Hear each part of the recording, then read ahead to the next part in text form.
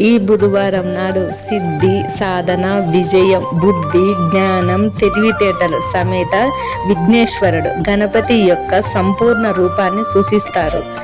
ఇది జ్ఞానం, శ్రేయస్సు మరియు అడ్డంకులను తొలగించే శక్తిని ఇస్తుంది. ఇద్దరు భార్యలతో కూడిన ఈ రూపం బుద్ధి మరియు సిద్ధుల ద్వారానే గణేశుని అనుగ్రహం పరిపూర్ణమవుతుందని, సకల కార్యసిద్ధి కలుగుతుందని పురాణాల విశ్వాసం.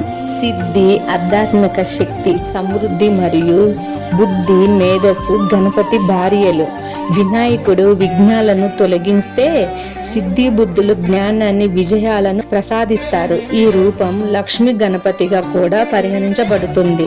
తన తల్లి పార్వతీదేవి వంటి గుణాలు ఉన్న భార్యల కోసం గణేశుడు అడగక బ్రహ్మదేవుడు సిద్ధి బుద్ధులను సృష్టించి వివాహం జరిపించాలని పురాణాల కథనం.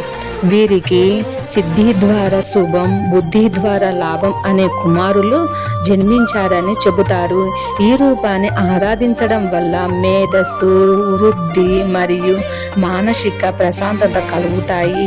ముఖ్యంగా వ్యాపారవేత్తలు, విద్యార్థులు ఈ రూపాన్ని ఎక్కువగా పూజిస్తారు. శ్రీమాత్రియే నమః. నమస్తే.